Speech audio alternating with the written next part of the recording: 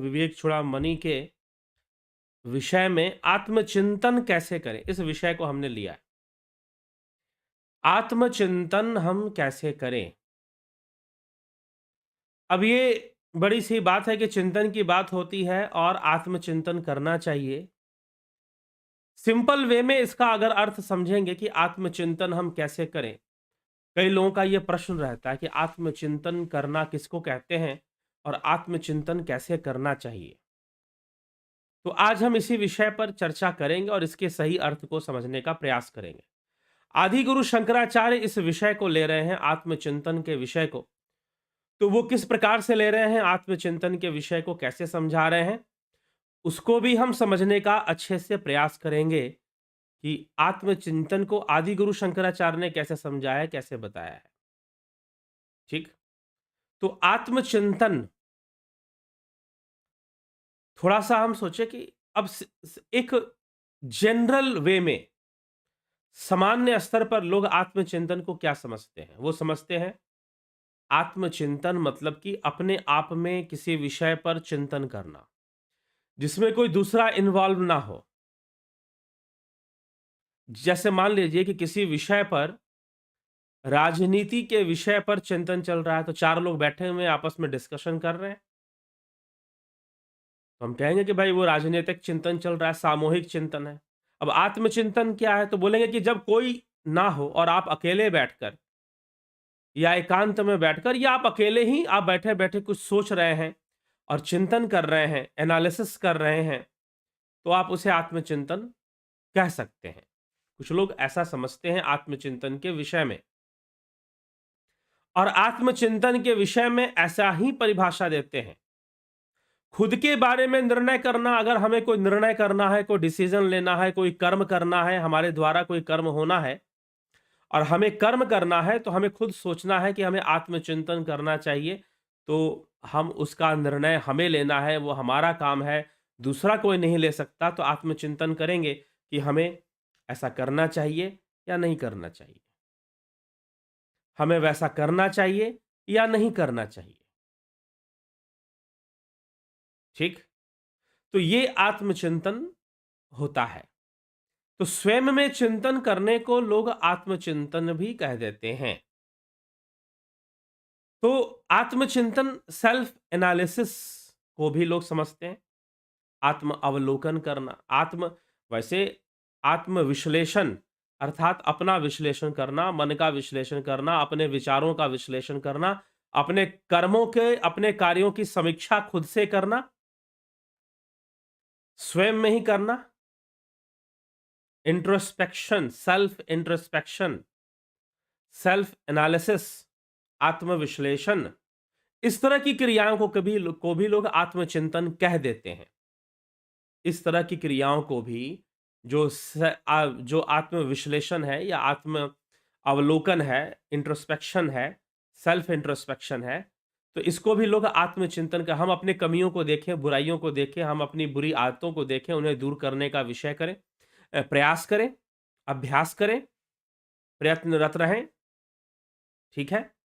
अच्छे कामों पर, तो हम अपना आत्मचिंतन करें। तो आत्मचिंतन को लोग इस विषय में भी समझते हैं, इस प्रकार से भी समझते हैं। लेकिन यहां पर जब आदि गुरु शंकराचार्य आत्मचिंतन की बात कर रहे हैं, यद्यपि हम जहां पर भी आत्मचिंतन शब्द का प्रयोग करते हैं वह शास्त्रों से ही लिया गया है, लेकिन हम आत्मा पर चिंतन नहीं करते। आप सोचिए, आपको आपको खाना खाना चाहिए, आपके सामने अगर बहुत स्वादिष्ट भोजन आ गया,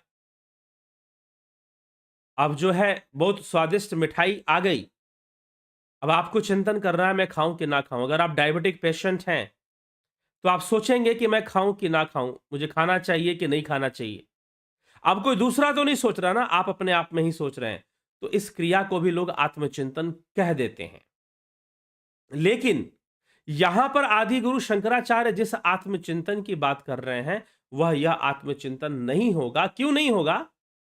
क्योंकि वह तो आत्मा की बातें करते हैं। जब आत्म शब्द जुड़ गया मतलब आत्मा की बातें, और आत्मा तो भावातीत है, आत्मा तो कल्पातीत है, प्रपंच से परे है।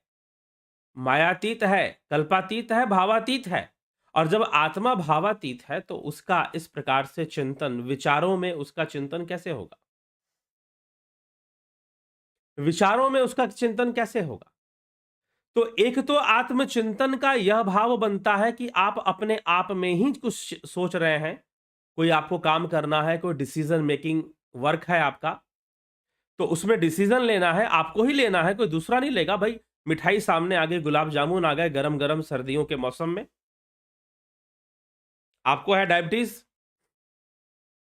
सर्दियों के मौसम में गरम गरम गुलाब जामुन आपके सामने परोस दिए गए और आपको मधुमेह है, शुगर है, आपको डायबिटिक हैं आप। अब आप वह गुलाब जामुन खाएंगे कि नहीं खाएंगे, ये आपका निर्णय होना चाहिए ना।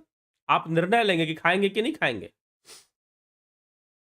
क्या निर्णय होगा आपका, ये आपका विषय। आप चिंतन करेंगे कि भाई खा लूंगा तो फिर कैसे मैं मैनेज करूंगा, शुगर अगर बढ़ता है फिर प्रॉब्लम बढ़ेगा, बहुत तरह की समस्याएं बढ़ेंगी शरीर में, तो उन सब चीजों को मैं कैसे मैनेज करूंगा, कैसे संभालूंगा, ये सारा विषय आपका अपना विषय है। तो आप इन सभी विषयों पर जब चिंतन करेंगे तो कुछ लोग इसको आत्मचिंतन कहते हैं। दूसरी बात, कुछ लोग कहते हैं कि नहीं, आत्मा के बारे में चिंतन करना, आत्मा ही ब्रह्म है, अयम आत्मा ब्रह्म, अयम आत्मा ब्रह्म, ब्रह्म जीवो ब्रह्मैव नापरा, जीव ब्रह्म में भी भेद नहीं है, अंतर नहीं समझना चाहिए। कुछ लोग आत्मा के विषयों का चिंतन करना, आत्मा के विषयों पर चर्चा करना, मैं ही ब्रह्म हूं, जैसे कि हम यहां पर अभी कर रहे हैं।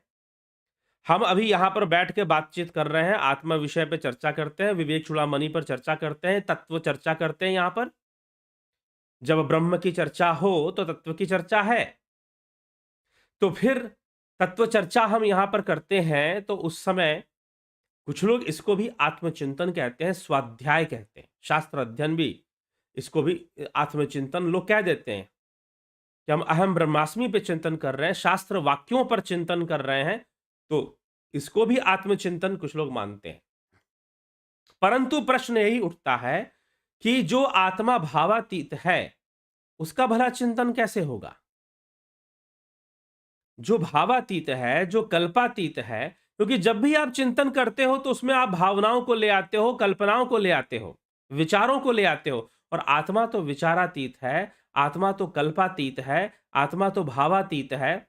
और जब वो कल्पातीत, भावातीत, विचारातीत है तो भला वो चिंतन में कैसे आएगा? भला वो चिंतन में कैसे आएगा फिर? ठीक, वो तो भावातीत है, वो भावनाओं में कैसे आएगा? वो तो कल्पातीत है, कल्पनाओं में कैसे आएगा? तो आपके चिंतन में कैसे आएगा? ये प्रश्न बन जाता है फिर। तो आत्मचिंतन होगा कैसे फिर? आत्मचिंतन तो संभव ही नहीं है, क्योंकि आत्मा तो विचारों में आ ही नहीं सकता। आत्मा के ऊपर विचार करना किया जा सकता है, लेकिन वो विचार तो आत्मा नहीं है। या आत्मा का साक्षात्कार कोई आत्मा पर विचार करने से तो नहीं हो जाएगा।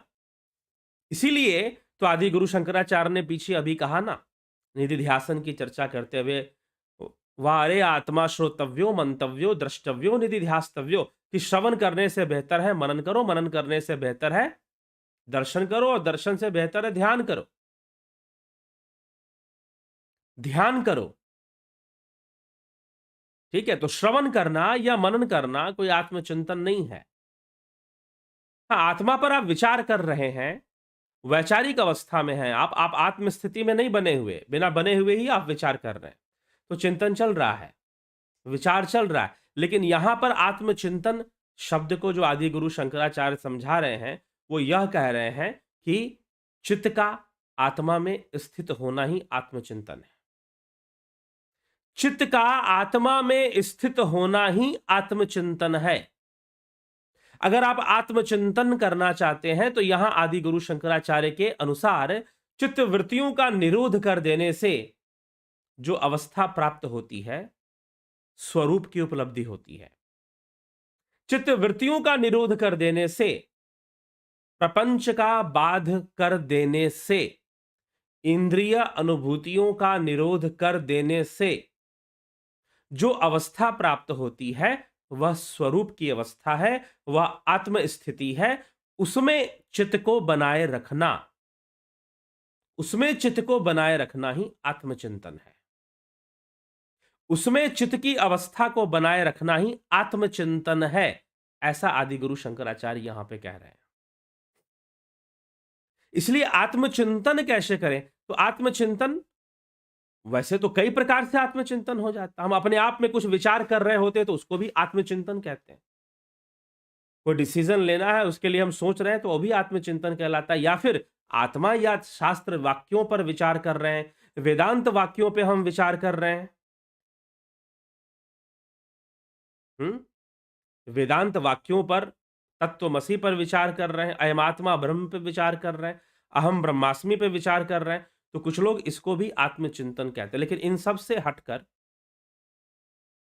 इन सबसे अलग, इन सबसे परे आदि गुरु शंकराचार्य कहते हैं कि चित्त वृत्ति निरोध से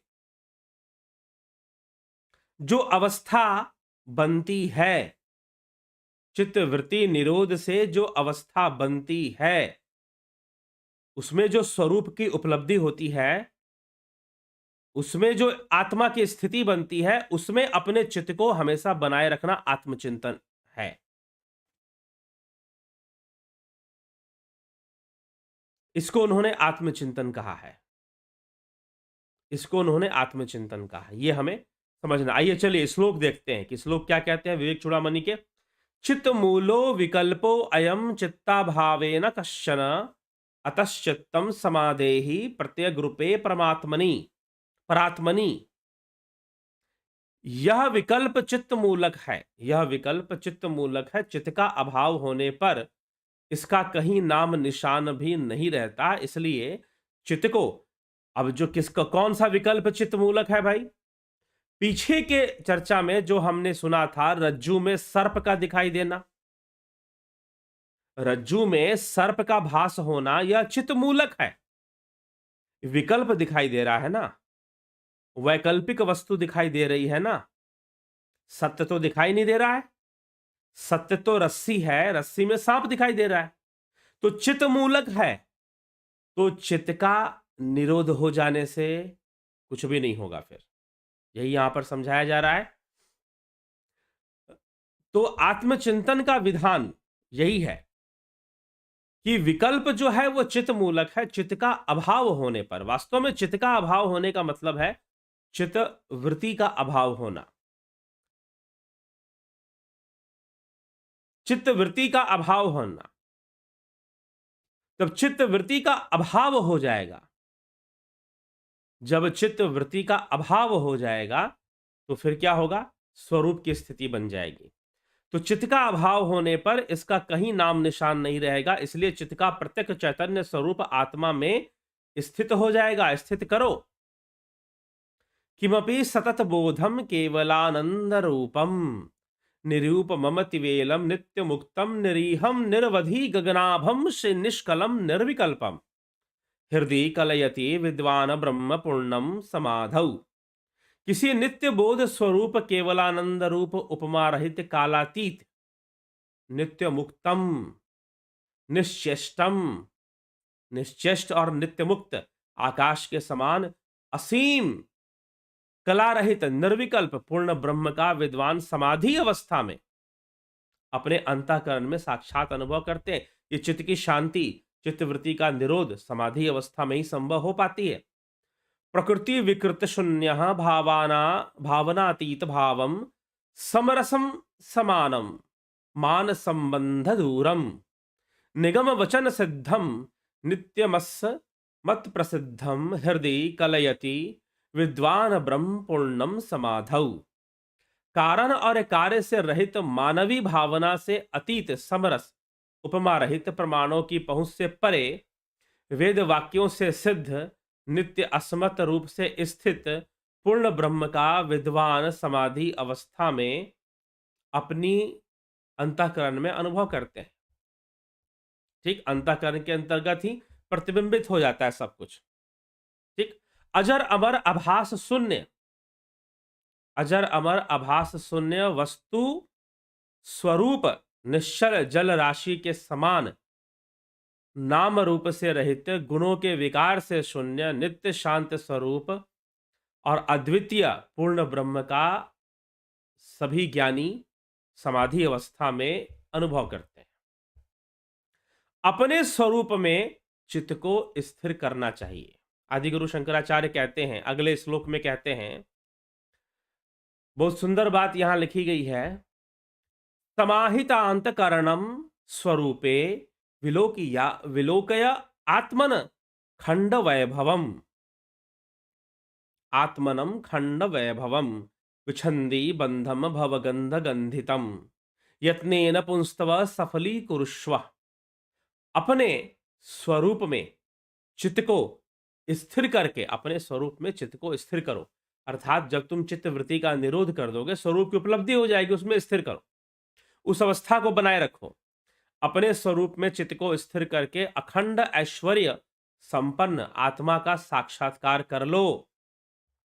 जब चित्त शांत होगा, जब चित्त वृत्तियां शांत होंगी, तभी तो आत्मा का साक्षात्कार संभव है। उसके पहले कदापि आत्मा का साक्षात्कार संभव नहीं, जब तक चित्त की वृत्तियां शांत ना हो जाएं। तो जब चित्त शांत होगा तो स्वरूप की उपलब्धि होगी। अब अपने चित्त की उसी अवस्था को बनाए रखो, यही आत्मचिंतन है, यही आत्मचिंतन है। वास्तव में अपने स्वरूप में चित्त की स्थिति को अखंड ऐश्वर्य संपन्न आत्मा का साक्षात्कार करो। संसार गंध से युक्त बंधन को काट डालो और यत्न पूर्वक अपने मनुष्य जन्म को सफल कर लो। इस अवस्था में पहुंच जाओ।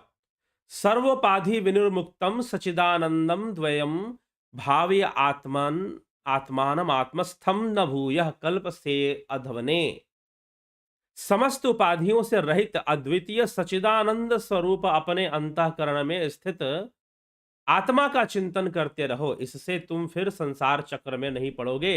अगर तुम अपने आप में आत्मा का चिंतन बनाए रखते हो तो तुम संसार के चक्र में, बंधन में नहीं बंधोगे। ये दुखदाई बंधन या माया का दुखदाई बंधन तुम्हें परेशान नहीं करेंगे। कुछ ऐसा उपदेश यहां देने का प्रयास किया जा रहा है। ठीक है, तो ये आत्मचिंतन का विधान है। आत्मा में स्थित होकर ही आत्मचिंतन संभव है और कदापि कैसे भी संभव नहीं है। हाँ, बाकी सब आत्मविचार और आत्मा के विषयों पर चर्चा करना, विचार करना, चिंतन करना, विषयों पर चिंतन करना, आत्मा के विषयों पर, वो एक अलग विषय है, लेकिन आत्मचिंतन एक अलग विषय है। आत्मचिंतन मतलब चित्त को शांत कर कर आत्मा के में लगाना, स्वरूप में लगा कर रखना, यह आत्मचिंतन। इस प्रकार से आत्मचिंतन की महिमा यहां पर लिखी जा रही है। चलिए ठीक है, आपके कमेंट देख लें, कौन क्या कहता है। नेहा गुप्ता जी, मनुष्य योनि के अलावा और कौन योनि में कर्म फल मिलता है? हर योनि में कर्म फल मिलता है, हर योनि में कर्म फल मिलता ही मिलता है। मनुष्य योनि से योग होता है, मोक्ष होता है, यह मनुष्य योनि की महिमा है। ठीक है, कर्म फल तो हर योनि में मिलता है। बलवंत सिंह गोहिल, नेहा गुप्ता, गुरुदेव प्रणाम। जीव कर्म के अनुसार स्वर्ग नरक भोगता है, इसके बाद मनुष्य जन्म मिलता है, या उसका भाग कैसे? स्वर्ग नरक में भी कर्म फल भोगता है और दूसरे योनियों में जाकर भी कर्म फल भोगता है। कर्म फल तो उसे हमेशा भोगने हैं। कुछ बहुत ज्यादा अच्छे कर्म हो गए, पुण्य कर्म हो गए, तो उसके कारण स्वर्ग जैसी अवस्था में वो जाता है, स्वर्ग में तब जाता है। लेकिन स्वर्ग नरक भोगने के बाद फिर मनुष्य जीवन मिलता है, ऐसी कोई बात नहीं। वो तो मान लीजिए कि कोई व्यक्ति, अब स्वर्ग नरक क्या है? पीड़ादायी योनियां, जिसमें पीड़ा अधिक है, कष्ट अधिक है, अगर ऐसी योनियों में जाता है तो नरक में गया। अगर प्रेत योनि में चला गया तो समझो नरक में चला गया, अगर देव योनि में चला गया तो समझो स्वर्ग में चला गया। ठीक है, पीड़ा देने वाले ऐसे कई योनियां, उनके ऐसे कई शरीर, जीवों के, पशुओं के, जो बंधन में रहते हैं, वाणी नहीं है उनके पास, चलने फिरने की वैसी स्वतंत्रता नहीं जैसे मनुष्य के पास है। तो ऐसे जो फिर जीव हैं, वह भी नरक योनि का ही भोग कर आते हैं, ऐसी जो योनियां हैं। ठीक, तो कर्म के अनुसार स्वर्ग नरक भोगता है, इसके बाद मनुष्य जन्म मिलता है। जी नहीं, मनुष्य जन्म में भी अपने कर्मों का फल भोगता है। स्वर्ग नरक में तो भोगेगा, उसके बाद भी भोगेगा। बलदाऊ नाथ योगी जी, नेहा गुप्ता जी, क्या देवी देवता की साधना करने से प्रकट होते हैं? कृपया बताएं। अब देवी देवता को अगर आप सही से समझते हैं कि देवी देवता कौन है, कैसी शक्तियां हैं, प्राकृतिक शक्तियां, कितनी बार इस चैनल पर देवी देवता के ऊपर अनेकों वीडियोस हैं और कई बार चर्चा हो चुकी है।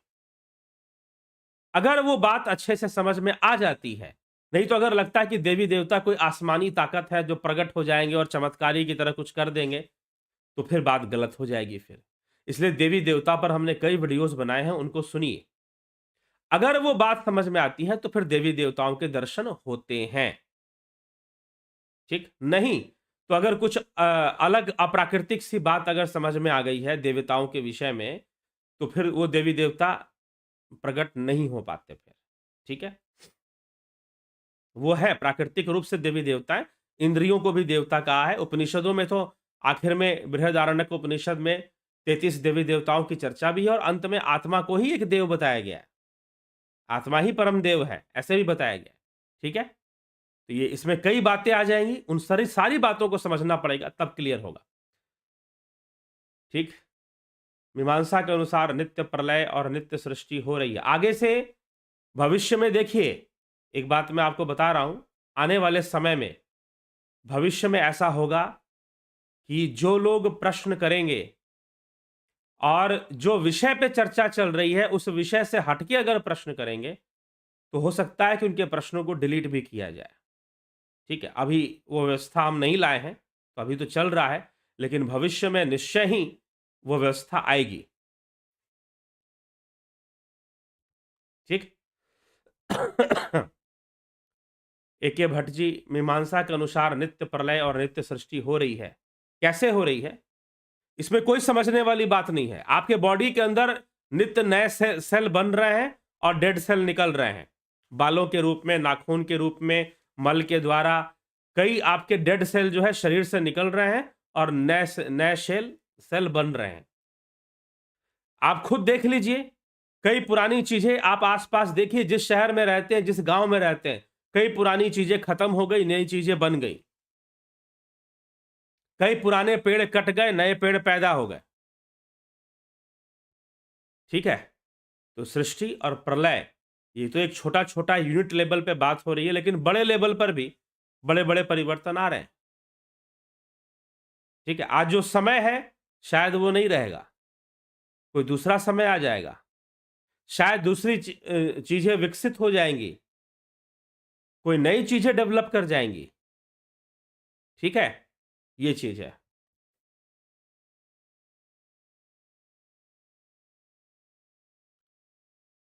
तो ये तो निरंतर दिखाई दे रहा है और हम अपने आस-पास को ही देखते रहे तो समझ में आ रहा है कि हाँ भाई, सृष्टि भी चल रही है, प्रलय भी साथ में काम कर रहा है। जलाराम राइका, विक्रम सिंह जी, राजू पाल, सविता नायक, सर्मानंद पंडित, उषा श्रीवास्तवा, नवज्योति नाथ, सर्मानंद पंडित या विज्ञान भैरव तंत्र के, ठीक है, कृपया 7 चक्रा के बारे में बताएं। बता चुके हैं, कई बार चर्चा हुई है 7 चक्रों के बारे में।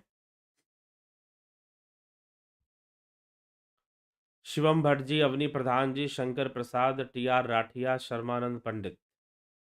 क्या 7 चक्रा को 7 शरीर कहा जाता है? जी नहीं।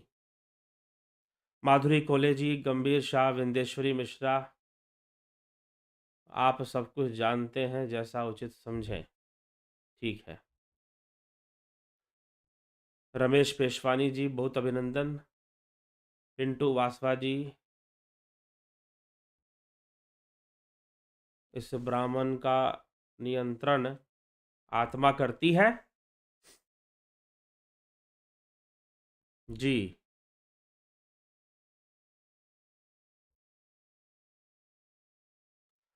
ब्राह्मण, कौन सा ब्राह्मण का नियंत्रण आत्मा करती है? ब्रह्म, आत्मा ही ब्रह्म है। अजीत अपराजित तो नियंत्रण क्यों करेगी?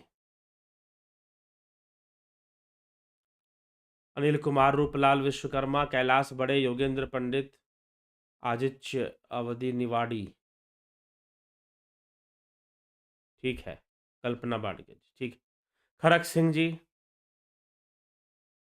गणेश पवार जी, अभिनंदन है बहुत। ज्योति दत्ता जी, रचना जी, गोविंद प्रसाद, नेमाजी, ड्रीम वर्ल्ड, बीकू कुचाड़िया जी, राकेश चंद्र शर्मा, आपको सुनना बहुत अच्छा लगता है, जिज्ञासा शांत होती है। जी, अवश्य शांत होनी चाहिए। बहुत बहुत बधाई। गौरव जी, बहुत अभिनंदन। गौरव जी, विक्रम सिंह जी, बहुत अभिनंदन। आकाश वदर जी, आप कहते हैं ईश्वर भावातीत है, तो हमारी इच्छा कौन पूरी करता है, ईश्वर या प्रकृति? कर्म। कर्म पूरी करता है, कर्म ही इच्छा पूरी करता है। ठीक, संयुक्ता पटेल, बहुत अभिनंदन है आपका। खरक सिंह जी, कृपया पंचाटन मंत्र के भी, पंचाटन मंत्र के बारे में भी बताएं, तथा भाव अतीत कैसे रहें। भावातीत आपको रहने की जरूरत नहीं है, आपको तो साधना करने की जरूरत है, ध्यान योग करने की जरूरत है। आप स्वयं ही भावातीत अवस्था में पहुंच जाएंगे।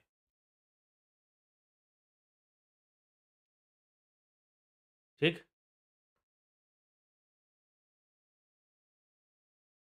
आप स्वयं ही भावातीत अवस्था में पहुंच जाएंगे। ध्यान योग करने की आवश्यकता है। प्रभात सोनी जी,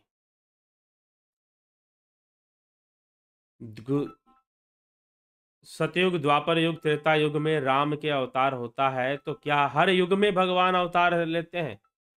वैसे तो नित्य अवतारी हमेशा ही रहते हैं, कई बार इस पे पीछे भी चर्चा किया गया है। नित्य अवतारी तो हमेशा ही रहते हैं, किसी युग से कोई मतलब नहीं। 3 प्रकार के अवतार हैं, आवेश अवतार, निमित्त अवतार, नित्य अवतार। नित्य अवतार धरती पे हमेशा ही रहते हैं, सर्वदा रहते हैं। संदीप अरोड़ा जी, रजनेश बर्फानी जी, बहुत बहुत अभिनंदन आप सभी का। तो जिज्ञासुओं, इसी के साथ